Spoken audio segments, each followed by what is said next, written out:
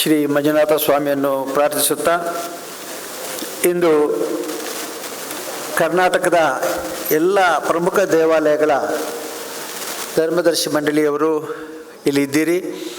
ಹಾಗಾಗಿ ಬಹುಶಃ ಇವತ್ತಿನ ಈ ಸಂದರ್ಭದಲ್ಲಿ ಕರ್ನಾಟಕದ ಎಲ್ಲ ದೇವಸ್ಥಾನಗಳ ಗುಡಿಗಳ ಮಂದಿರದ ಮಠಗಳ ಪ್ರತಿನಿಧಿಗಳು ಇಲ್ಲಿ ಇರೋದರಿಂದ ಎಲ್ಲರ ಅನುಗ್ರಹವು ಕೂಡ ಈ ಕಾರ್ಯಕ್ರಮಕ್ಕೆ ಇದೆ ಅಂತ ನಾನು ತಿಳಿಯುತ್ತಾ, ಇವತ್ತಿನ ಕಾರ್ಯಕ್ರಮದಲ್ಲಿ ಉದ್ಘಾಟನೆ ಮಾಡಿದ ಮಾನ್ಯ ಮುಖ್ಯಮಂತ್ರಿಗಳಾದ ಶ್ರೀಮಾನ್ BS ಯಡಿಯೂರಪ್ಪನವರೇ, ಅನೇಕ ದೇವಾಲಯಗಳಿಗೆ ಮತ್ತು ಧಾರ್ಮಿಕ ಕಾರ್ಯಕ್ರಮಗಳಿಗೆ ಶ್ರೀಮಾನ್ ಯಡಿಯೂರಪ್ಪನವರು ಅವಿರತವಾಗಿ ಅನೇಕ ದೊಡ್ಡ ಮೊತ್ತದ ದಾನಗಳನ್ನು ಮಾಡ್ತಾ ಪ್ರೋತ್ಸಾಹವನ್ನು ಕೊಡ್ತಾ ಬಂದಿರೋದರಿಂದ ಇವತ್ತು ಅನೇಕ ಕಡೆ ಗುಡಿಗಳ ಜೀರ್ಣೋದ್ಧಾರ ಮಾತ್ರ ಅಲ್ಲದೆ ಸಮುದಾಯ ಭವನಗಳು ಮತ್ತಿತರ ಚಟುವಟಿಕೆಗಳು ಪ್ರಾರಂಭ ಆಗ್ತಾ ಇರೋದು ನಮಗೆಲ್ಲ ತುಂಬ ಸಂತೋಷವನ್ನು ಉಂಟು ಮಾಡಿದೆ ಅಂತ ನಾನು ಹೇಳ್ತಾ, ಇವತ್ತಿನ ಕಾರ್ಯಕ್ರಮದಲ್ಲಿ ವಿಶ್ವಾದ್ಯಂತ ಧರ್ಮ ಪ್ರಚಾರವನ್ನು ಮಾಡ್ತಾ ಹಿಂದೂ ಧರ್ಮದ ಅನೇಕ ರಹಸ್ಯಗಳನ್ನು, ವಿಶೇಷವಾಗಿ ಯೋಗವನ್ನು ಪ್ರಚಾರ ಮಾಡ್ತಾ ಬರ್ತಕ್ಕಂಥ ರವಿಶಂಕರ್ ಗುರೂಜಿಯವರೇ, ಪೂಜ್ಯ ಆನಂದ ಗುರೂಜಿಯವರೇ, ಇಲ್ಲಿ ವಿದ್ವಾಂಸರಾದ ಗುರುರಾಜ ಕರ್ಜಿಗಿಯವರೇ, ಕರ್ನಾಟಕದಲ್ಲಿ ಅನೇಕ ದೇವಾಲಯಗಳ ಜೀರ್ಣೋದ್ಧಾರ ಮಾತ್ರ ಅಲ್ಲದೆ ಸಾಮೂಹಿಕ ವಿವಾಹವನ್ನು ಕೂಡ ಪ್ರಚಾರ ಮಾಡ್ತಾ ಸಮಾಜಕ್ಕೆ ಬೆಂಬಲವನ್ನು ಕೊಡ್ತಾ ಬಂದಿರತಕ್ಕಂಥ ಸಚಿವರಾದ ಶ್ರೀ ಕೋಟ ಶ್ರೀನಿವಾಸ ಪೂಜಾರಿ ಅವರೇ, ಇಲ್ಲಿಯ ಇಲಾಖೆಯ ಎಲ್ಲ ಅಧಿಕಾರಿಗಳೇ, ನನ್ನ ಮುಂದೆ ಕುಳಿತಿರ್ತಕ್ಕಂಥ ಎಲ್ಲ ಧರ್ಮದ ಇಲಾಖೆಯ ದೇವಸ್ಥಾನಗಳ ಪ್ರತಿನಿಧಿಗಳೇ ಮತ್ತು ಧರ್ಮದರ್ಶಿ ಮಂಡಳಿಯ ಸದಸ್ಯರೇ, ಮಹನೀಯರೇ, ಮಹಿಳೆಯರೇ, ಇವತ್ತು ನಮ್ಮ ದೇಶದಲ್ಲಿ ಧರ್ಮನ ಬಿಟ್ಟರೆ ಬೇರೆ ಏನೂ ವಿಶೇಷವಾದ ಶಕ್ತಿ ನಮ್ಮಲ್ಲಿಲ್ಲ. ಭಾರತವನ್ನು ಏಕೆ ಪ್ರತಿನಿಧೀಕರಿಸಬೇಕು ಮತ್ತು ಭಾರತಕ್ಕೆ ಯಾಕೆ ಬರಬೇಕು ಅಂತಂದರೆ, ಒಂದು ಕಾಲದಲ್ಲಿ ಇಲ್ಲಿ ಕೇವಲ ಹಾವಾಡಿಗರ ದೇಶ ಇದು, ಬಡವರ ದೇಶ ಇದು. ಇಲ್ಲಿ ಎಲ್ಲಿಯೂ ಕೂಡ ಯಾವುದೇ ಸಂಪತ್ತು ಅಥವಾ ಮೋಜು ಮಜಾ ಮಾಡಲಿಕ್ಕೆ ಬೇಕಾದಂಥ ಸೌಕರ್ಯಗಳಿಲ್ಲ ಅನ್ನುವಂಥ ಬಡ ದೇಶ ಅನ್ನುವಂಥ ಹೆಸರು ಪಡೆದಿದ್ದಂಥ ಈ ದೇಶದಲ್ಲಿ ನಮ್ಮ ಪ್ರಾಚೀನರು ನಿರ್ಮಾಣ ಮಾಡಿರ್ತಕ್ಕಂಥ ದೇವಾಲಯಗಳು, ಅದು ಹಂಪಿಯಿಂದ ಹಿಡಿದು ಬೇಲೂರು ಮತ್ತು ನಮ್ಮ ಇಡೀ ನಾಡಿನಾದ್ಯಂತ ಇರತಕ್ಕಂಥ ದೇವಾಲಯಗಳು ಬಡ ಆಗಿದ್ದು, ಹಿಂದಿಯ ಬಡ, ಕನ್ನಡದ ಬಡ ರಾಷ್ಟ್ರದಿಂದ, ಬಡ ರಾಜ್ಯದಿಂದ, ಬಡ ದೇಶದಿಂದ ಬಡ ದೇಶ ಆಗಿರುವಂಥದ್ದು ಧಾರ್ಮಿಕ ಸಂಸ್ಥೆಗಳ ಪಾತ್ರದಿಂದ ಅನ್ನುವಂಥದ್ದನ್ನು ನಾವು ಮರಿಬಾರ್ದು. ಹಾಗಾಗಿ ಯಾರಾದರೂ ಈ ದೇಶಕ್ಕೆ ಬರೋದಾದರೆ ದೇವಾಲಯಗಳನ್ನು ನೋಡಲಿಕ್ಕೆ ಬರ್ತಾರೆ. ಈ ದೇವಾಲಯಗಳನ್ನು ನೋಡಲಿಕ್ಕೆ ಬರುವಾಗ ದೇವಾಲಯಗಳಲ್ಲಿ ಇರ್ತಕ್ಕಂಥ ಮೂರ್ತಿಯ ಜೊತೆಗೆ ಆ ಶಿಲ್ಪ ಸೌಂದರ್ಯ, ಅಲ್ಲಿಯ ಶಿಸ್ತು, ಧಾರ್ಮಿಕ ಸಂದೇಶಗಳನ್ನು ತಿಳ್ಕೊಳ್ಳಿಕ್ಕೆ ಅವರು ಪ್ರಯತ್ನಿಸ್ತಾರೆ. ಇವತ್ತು ವಿದೇಶದಲ್ಲಿ ನಮ್ಮ ಪೂಜ್ಯ ರವಿಶಂಕರ್ ಗುರೂಜಿಯವ್ರಿಗೆ ಗೊತ್ತಿದೆ, ಸಾವಿರಾರು ಪುಸ್ತಕಗಳು ಪ್ರಕಟವಾಗಿದ್ದರೆ ಅದರಲ್ಲಿ ಹಿಂದೂ ಧರ್ಮದ ಮೂಲ ಸತ್ವವನ್ನು ತಿಳಿಸುವಂಥ ಪುಸ್ತಕಗಳಿದ್ದಾವೆ. ಮತ್ತು ಯಾವ ನೀವು ವಿಮಾನ ನಿಲ್ದಾಣ, ರೈಲ್ವೆ ನಿಲ್ದಾಣ, ಪುಸ್ತಕದ ಅಂಗಡಿಗೆ ಹೋದರೂ ಕೂಡ ಅಲ್ಲಿ ನಿಮಗೆ ಕಂಡು ಬರುವಂಥದ್ದು ಏನು ಅಂತಂದರೆ, ಹಿಂದೂ ಧರ್ಮದ ಮೂಲಕ ಸರ್ವ ಶಾಂತಿಯ ಸಂದೇಶ ಏನು ಮತ್ತು ಎಲ್ಲ ದೇಶಗಳಲ್ಲಿ ಧರ್ಮದ ಸಾಮರಸ್ಯ ಹೇಗಿರಬೇಕು, ಧರ್ಮದ ಸಾಮಾನ್ಯತೆ ಹೇಗಿರಬೇಕು, ಸಾರ್ವಜನಿಕ ಸಾಮಾನ್ಯ ವ್ಯಕ್ತಿಯಲ್ಲಿ ಕೂಡ ಧರ್ಮದ ಆಸಕ್ತಿ, ಕುತೂಹಲ ಮತ್ತು ಆಚಾರ ಇದ್ದರೆ ಅವನು ಹೇಗೆ ತನ್ನ ಜೀವನವನ್ನು ಸುಖವಾಗಿ ನಡೆಸ್ಕೊಳ್ಬೋದು ಅನ್ನುವಂಥ ಸಂದೇಶದ ಪುಸ್ತಕಗಳೇ ನಿಮಗೆ ಕಾಣ್ತದಲ್ಲದೆ ಬೇರೆ ಯಾವ ಪುಸ್ತಕಗಳು ನಿಮಗೆ ಕಾಣಿಸೋದಿಲ್ಲ. ಹಾಗಾಗಿ ಇವತ್ತು ಈ ನಮ್ಮ ಕರ್ನಾಟಕದಲ್ಲಿ ಬಹಳ ವಿಶೇಷವಾಗಿ ನಮ್ಮದು ಧಾರ್ಮಿಕ ನೆಲೆಯುಳ್ಳಂಥ ಒಂದು ರಾಜ್ಯ ಇದು. ಈ ರಾಜ್ಯದಲ್ಲಿ ಅನೇಕ ದೇವಾಲಯಗಳು, ಪ್ರಸಿದ್ಧ ದೇವಾಲಯಗಳಿದ್ದಾವೆ. ನಮ್ಮ ಕ್ಷೇತ್ರ ಧರ್ಮಸ್ಥಳ ಇದೆ, ಅದೇ ರೀತಿಯಲ್ಲಿ ಕೊಲ್ಲೂರು, ಸುಬ್ರಹ್ಮಣ್ಯದಿಂದ ಹಿಡಿದು ಪ್ರತಿಯೊಂದು ಜಿಲ್ಲೆಯಲ್ಲಿ ಕೂಡ, ಪ್ರತಿಯೊಂದು ತಾಲೂಕಿನಲ್ಲಿ ಕೂಡ ಪ್ರಸಿದ್ಧವಾದಂಥ ದೇವಾಲಯಗಳಿದ್ದಾವೆ. ನಮ್ಮ ಧರ್ಮಸ್ಥಳ ಕ್ಷೇತ್ರದಿಂದ ಕಳೆದ 1 ವರ್ಷದಲ್ಲಿ ನಾವು 1135 ದೇವಾಲಯಗಳಿಗೆ ದಾನ ಮಾಡಿದ್ದೇವೆ. ಅಂತಂದರೆ ಹೊಸ ರೀತಿಯಿಂದ ನಿರ್ಮಾಣ ಆಗ್ತಕ್ಕ ದೇವಾಲಯಗಳಿಗೆ ದಾನ ಮಾಡ್ತಾ ಇದ್ದೇವೆ. ಇದು ಏನು ತೋರಿಸ್ತದೆ ಅಂತಂದರೆ, ಇವತ್ತು ಬಹುಶಃ ಮಾನ್ಯ ಮುಖ್ಯಮಂತ್ರಿಗಳು ಎಲ್ಲಿ ಹೋದರೂ ಕೂಡ ಸಾಮಾನ್ಯವಾಗಿ ಜನ ಕೇಳ್ತಕ್ಕಂಥದ್ದು, ನಮ್ಮ ದೇವಸ್ಥಾನಕ್ಕೆ ಸಹಾಯ ಕೊಡಿ, ನಮ್ಮ ಸಮುದಾಯ ಭವನಕ್ಕೆ ದಾನ ಮಾಡಿ, ನಮ್ಮ ಈ ದೇವಾಲಯಕ್ಕೆ ಸಂಬಂಧಪಟ್ಟಂಥ ಅಭಿವೃದ್ಧಿಗೆ ಸಹಾಯ ಮಾಡಿ ಅಂತ ಮೊದಲು ಕೇಳ್ತಾರೆ. ಬಹುಶಃ ಅವರು ಬಾಕಿ ಅವಶ್ಯಕತೆಗಳನ್ನು ಆಮೇಲೆ ಕೇಳ್ತಾರೆ. ಮೊದಲು ಕೇಳುವಂಥದ್ದು ಅಲ್ಲಿವರೆಗೆ ಜನರಲ್ಲಿ ಧಾರ್ಮಿಕ ಶ್ರದ್ಧೆ ಇದೆ. ಹಾಗಾಗಿ ಈ ಶ್ರದ್ಧೆಯನ್ನು ಉಳಿಸ್ಕೊಂಡು ಹೋಗಬೇಕಾದಂಥದ್ದು ಸರ್ಕಾರದ ಒಂದು ಕರ್ತವ್ಯವಾಗಿದೆ ಮತ್ತು ಮಾನ್ಯ ಮುಖ್ಯಮಂತ್ರಿಗಳು ಈ ಬಗ್ಗೆ ಹೆಚ್ಚಿನ ಗಮನ ಹರಿಸಿ ಧಾರಾಳವಾಗಿ ಅವರು ಕೊಡ್ತಾ ಇದ್ದಾರೆ. ನಮ್ಮ ಎಲ್ಲ ಶಾಸಕರು ಇವತ್ತು 30 ಜಿಲ್ಲೆಗಳಿಂದ ಇಲ್ಲಿ ಬಂದಿದ್ದಾರೆ ಅಂತ ಮಾನ್ಯ ಮಂತ್ರಿಗಳು ಕೋಟ ಶ್ರೀನಿವಾಸ ಪೂಜಾರಿ ಅವರು ಹೇಳಿದರು. ಯಾವುದೇ ಊರಿಗೆ ಹೋದರೂ ಕೂಡ ಬಹುಶಃ ಎಲ್ಲ ಶಾಸಕರಲ್ಲಿ ಎಲ್ಲ ಅಲ್ಲಿಯ ಪ್ರಜೆಗಳು ಕೇಳುವಂಥದ್ದು ನಮ್ಮ ದೇವಸ್ಥಾನಕ್ಕೆ ಕೊಡಿ, ನಮ್ಮ ಗುಡಿಗೆ ಕೊಡಿ, ನಮ್ಮ ಗ್ರಾಮ ದೇವತೆಗೆ ಕೊಡಿ, ನಮ್ಮ ಈ ದೇವಾಲಯದ ಪರಿಸರ ಅಭಿವೃದ್ಧಿಗೆ ಸಹಾಯ ಮಾಡಿ ಅಂತ ಕೇಳ್ತಾರೆ. ಅಷ್ಟು ಹಣವನ್ನು ಈ ಧಾರ್ಮಿಕ ವಿನಿಯೋಗ ಮಾಡೋದಕ್ಕಾಗಿ ಜನ ಅಪೇಕ್ಷೆ ಪಡ್ತಾರೆ. ಇದಕ್ಕೆ ಕಾರಣ ಏನು ಅಂತಂದರೆ ಧರ್ಮ ಮೂಲದಿಂದ ಇಡೀ ವ್ಯವಹಾರ ನಡೀಬೇಕಾಗುತ್ತೆ. ಸಮಾಜವನ್ನು ಒಗ್ಗೂಡಿಸುವಂಥ ಒಂದು ಶಕ್ತಿ ಇದ್ದರೆ ಅದು ದೇವಸ್ಥಾನಕ್ಕೆ ಮಾತ್ರ. ಯಾವುದೇ ಜಾತಿ ಮತ ಸಂಪ್ರದಾಯದ ಭಿನ್ನತೆ ಇಲ್ಲದೆ ಸೇರುವಂಥದ್ದು ದೇವಸ್ಥಾನಗಳಲ್ಲಿ. ಈ ದೇವಸ್ಥಾನಗಳ ಜಾತ್ರೆ, ವಿಶೇಷವಾಗಿ ಜಾತ್ರೆ ಅಂತಂದರೆ ಅಲ್ಲಿ ಯಾವುದೇ ಜಾತಿ ಮತ ಭೇದ ಇಲ್ಲ. ಒಂದು ಕಾಲದಲ್ಲಿ ಇತ್ತು, ಅಸ್ಪೃಶ್ಯತೆ ಇತ್ತು, ಒಂದು ಕಾಲದಲ್ಲಿ ನಾನಾ ರೀತಿಯ ಭೇದಗಳಿತ್ತು. ಆದರೆ ಇವತ್ತು ಸ್ವಾತಂತ್ರ್ಯ ಭಾರತ ದೇಶಕ್ಕೆ ದೊರೆತ 75 ವರ್ಷಗಳಲ್ಲಿ ದೇವಾಲಯ ಎಲ್ಲ ಚಟುವಟಿಕೆಯ ಕೇಂದ್ರವಾಗಿ ಪರಿಣಮಿಸ್ತಾ ಇದೆ. ಮೂಲ ಕೇಂದ್ರ ಯಾವುದಾದ್ರು ಚಟುವಟಿಕೆ ಇದೆ ದೇವಸ್ಥಾನ, ಅಲ್ಲಿಂದಲೇ ಎಲ್ಲ ಕಾರ್ಯಕ್ರಮ ಪ್ರಾರಂಭ ಆಗಬೇಕು ಅನ್ನುವಷ್ಟು ಮಟ್ಟಿಗೆ ಧಾರ್ಮಿಕ ಕ್ಷೇತ್ರಗಳು ತಮ್ಮ ಕೇಂದ್ರ ಕ್ಷೇತ್ರವಾಗಿ ಪರಿಣಮಿಸ್ತಾ ಇದೆ.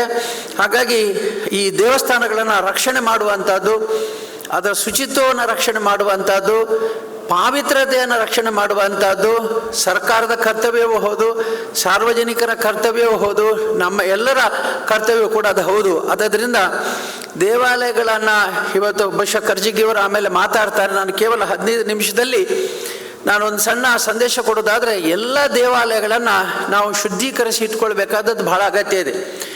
ಪಾವಿತ್ರತೆಯನ್ನು ರಕ್ಷಣೆ ಮಾಡಬೇಕು, ದೇವಸ್ಥಾನಗಳ ಪಾವಿತ್ರತೆಯನ್ನು ರಕ್ಷಣೆ ಮಾಡಬೇಕು. ಹಿಂದೆ ಪಾವಿತ್ರತೆ ಅಂತಂದರೆ ಏನು? ಮಡಿ ಅಂತ. ಮಡಿ ಅಂದರೆ ಮಡಿ ಮೈಲಿಗೆ ಇರುವ ಶಬ್ದಕ್ಕೆ ಇರುವಂಥ ಸಂಬಂಧದಿಂದ ಮಡಿ ಅಂತಿದ್ರು. ಆದರೆ ಇವತ್ತು ಮಡಿ ಹಾಗಲ್ಲ.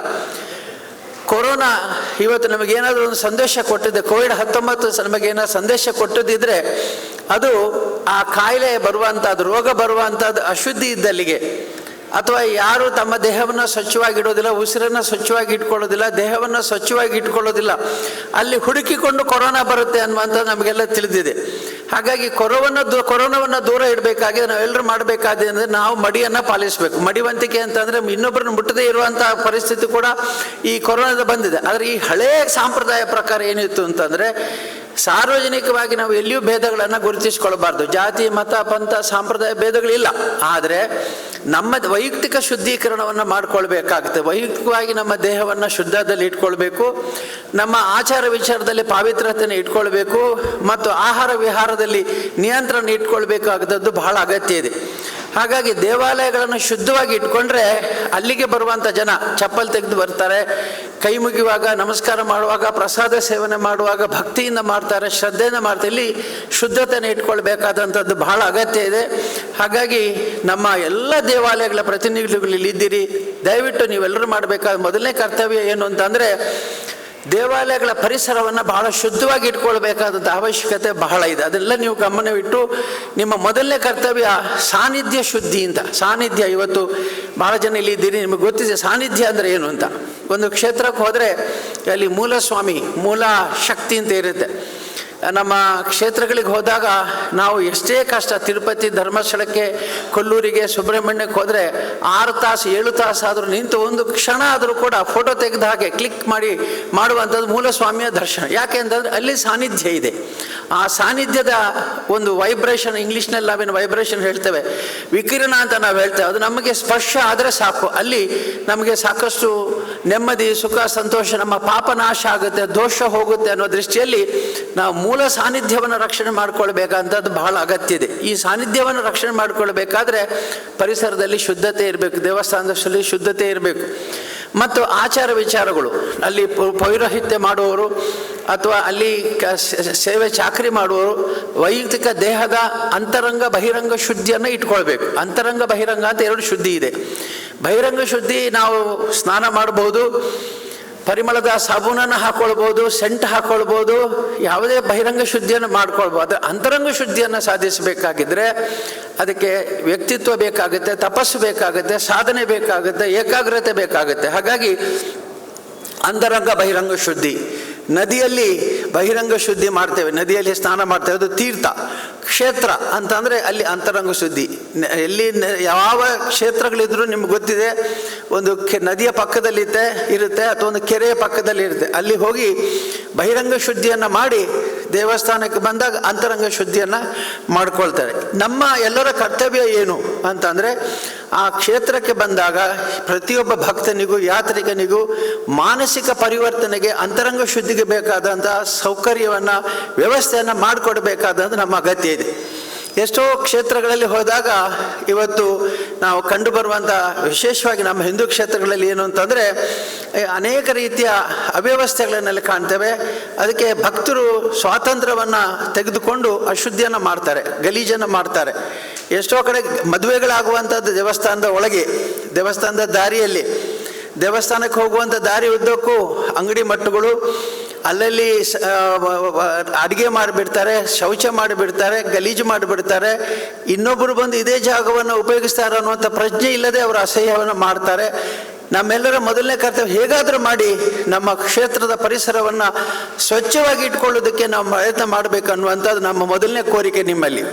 ಇದರಲ್ಲಿ ವಿಶೇಷವಾಗಿ ನಮ್ಮ ಸಾನ್ನಿಧ್ಯ ಇಲ್ಲಿ ಹೇಗಿರುತ್ತೆ ಅಂತಂದರೆ, ನಿಮ್ಮ ಕ್ಷೇತ್ರಗಳಲ್ಲಿ ಆ ಮೂಲ ಸ್ವಾಮಿ ಯಾರಿದ್ದಾರೆ ಅಥವಾ ಮೂಲ ಶಕ್ತಿ ಏನಿದೆ, ಅದು ಗ್ರಾಮ ದೇವತೆ ಇರಬಹುದು ಅಥವಾ ಪ್ರಸಿದ್ಧವಾದ ಶಕ್ತಿಯೇ ಇರಬಹುದು.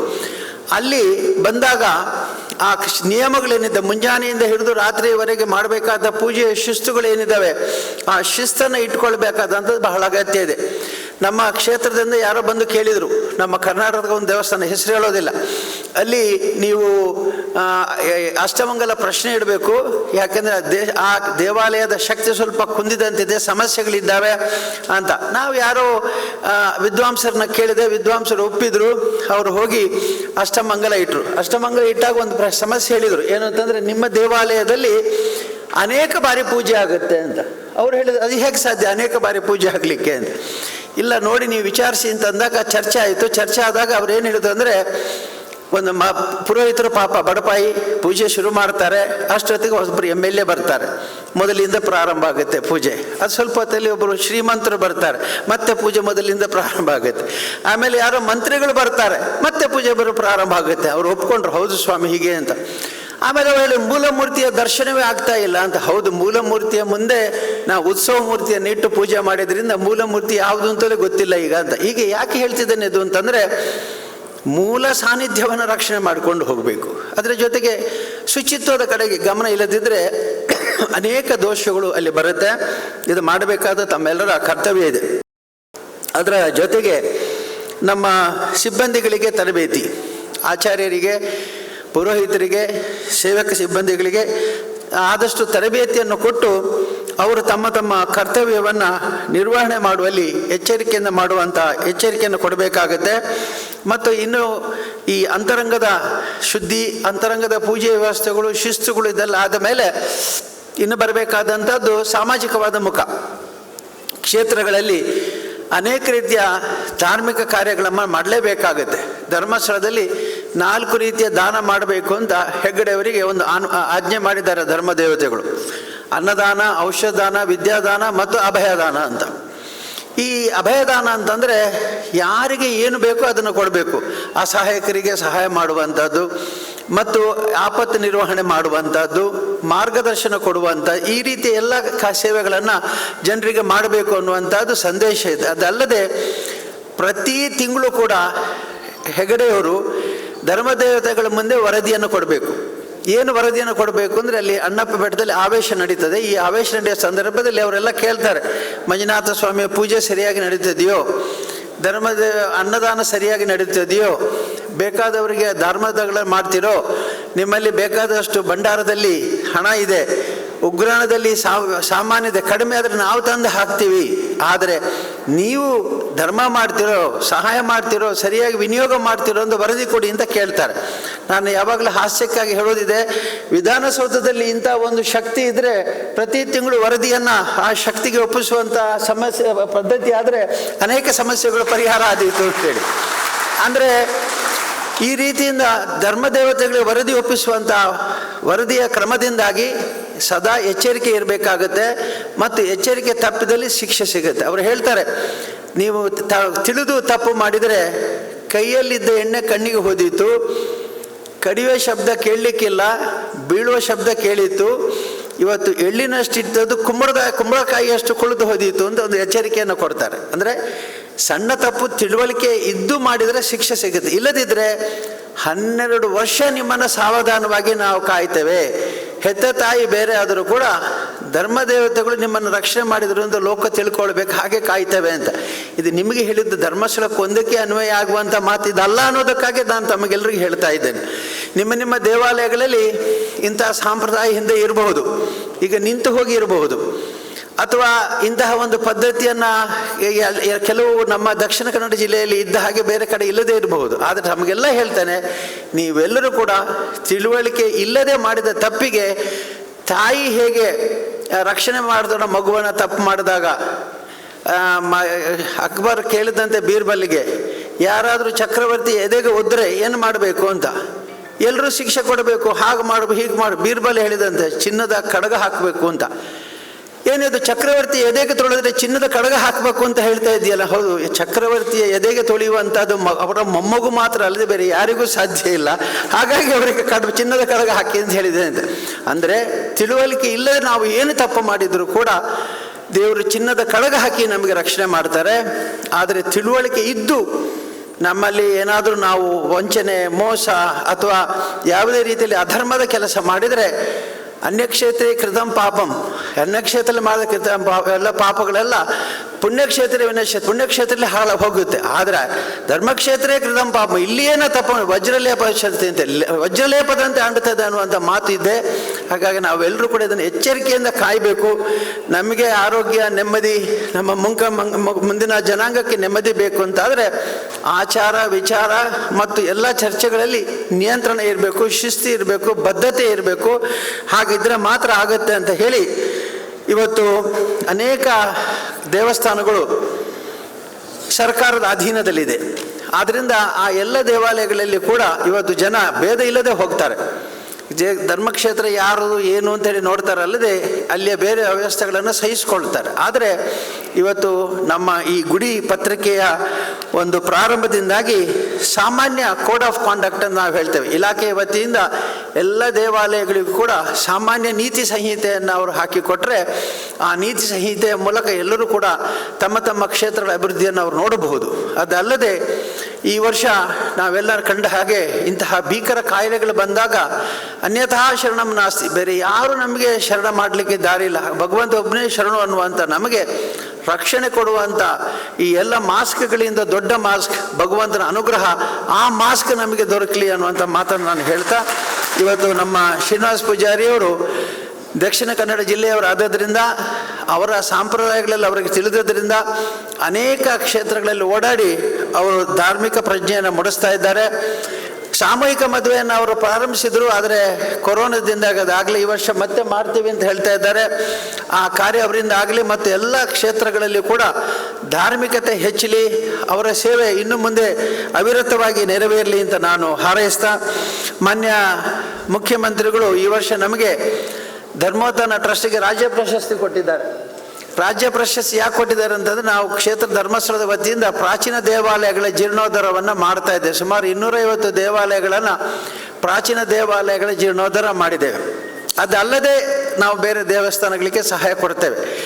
ಈ 250 ದೇವಾಲಯಗಳು ಪ್ರಾಚೀನ ಶಿಲಾಮಯವಾದ ದೇವಾಲಯಗಳು. ಆದರೆ ಅವುಗಳನ್ನು ಜೀರ್ಣೋದ್ಧಾರ ಮಾಡೋದಕ್ಕೆ ಸೂಕ್ತ ಹಣವಾಗಲಿ ಅಥವಾ ಅನುಭವ ಆಗಲಿ ಅಥವಾ ಮಾರ್ಗದರ್ಶನವಾಗಲಿ ಇಲ್ಲದೇ ಇರೋದರಿಂದ ಕೆಲವು ಸಾರಿ ಅದನ್ನು ಕೆಡವಿ ಹೊಸದಾಗಿ ಕಟ್ಟಿಬಿಡ್ತಾರೆ. ಆದರೆ ನಮ್ಮ ಧರ್ಮೋತ್ಥಾನ ಟ್ರಸ್ಟಿಂದ ಈ ಮೂಲ ಸ್ವರೂಪಕ್ಕೆ ಹಳೆಯ ದೇವಸ್ಥಾನಗಳನ್ನು ತಂದಿಡುವ ಪ್ರಯತ್ನ ನಾವು ಮಾಡಿದ್ದೇವೆ. ಘನ ಸರ್ಕಾರ 40% ಹಣವನ್ನು ಕೊಡ್ತಾರೆ. ಒಂದು ದೇವಾಲಯಕ್ಕೆ ಆಗುವ ವೆಚ್ಚದ 40% ಹಣವನ್ನು ಸರ್ಕಾರ ಕೊಡ್ತಾ ಇದ್ದಾರೆ. 40% ಮತ್ತು ಹಣ ಮತ್ತು ಸೇವೆಯನ್ನು ನಾವು ಕೊಡ್ತೇವೆ. 20% ಹಣ ಊರವರೇ ಕೊಡಬೇಕು ಅಂತ ಮಾಡಿದ್ದೇವೆ. ಯಾಕೆಂದರೆ ಇನ್ನೂ ಕೂಡ 8 ದೇವಾಲಯಗಳು ಜೀರ್ಣೋದ್ಧಾರವಾಗಿದೆ. ಅವರು ಪ್ರತಿಷ್ಠೆಯನ್ನು ಮಾಡಿಲ್ಲ. ಯಾಕೆಂದರೆ ಮಲಗಿದ್ದ ಕುಂಭಕರ್ಣ ಮಲಗಿದ್ರೆ ಒಳ್ಳೇದು, ಎದ್ರೆ ಅವನು ಹೊಟ್ಟೆಗೆ ಹಾಕಬೇಕು ಅಂತ. ದೇವಾಲಯ ಜೀರ್ಣೋದ್ಧಾರ ಆಗದೆ ಇದ್ರೆ ಪರವಾಗಿಲ್ಲ, ಜೀರ್ಣೋದ್ಧಾರ ಆದರೆ ಪುರೋಹಿತರು ಇಡಬೇಕು, ಸಂಬಳ ಕೊಡಬೇಕು, ಎಲ್ಲ ಜವಾಬ್ದಾರಿ ವಹಿಸಬೇಕು ಅಂತ ಅವರು ಕೆಲವರು ಬಿಟ್ಟಿದ್ದಾರೆ. ಅದರ ಬದಲಾಗಿ ಇನ್ನು ಮುಂದಿನ ದಿನಗಳಲ್ಲಿ ನೀವೆಲ್ಲರೂ ಸೇರಿ ನಿಮ್ಮ ಗ್ರಾಮಗಳಲ್ಲಿರುವಂಥ ಪುರಾತನ ದೇವಾಲಯಗಳ ರಕ್ಷಣೆ ಮಾಡಿ, ನೀವೆಲ್ಲಿ ಧರ್ಮದರ್ಶಿಗಳಾಗಿದ್ದಾರೆ ಅಲ್ಲಿ ಆ ದೇವಾಲಯದ ಸ್ವಚ್ಛತೆ ಬಗ್ಗೆ, ಸಾನ್ನಿಧ್ಯದ ಬಗ್ಗೆ ಮತ್ತು ಅಭಿವೃದ್ಧಿಯ ಬಗ್ಗೆ ಚಿಂತನೆ ಮಾಡಿ, ಮತ್ತು ಸರ್ಕಾರ ಇವತ್ತು ಕೈಬಿಟ್ಟು ಸಹಕಾರವನ್ನು ಕೊಡ್ತಾ ಇದ್ದಾರೆ.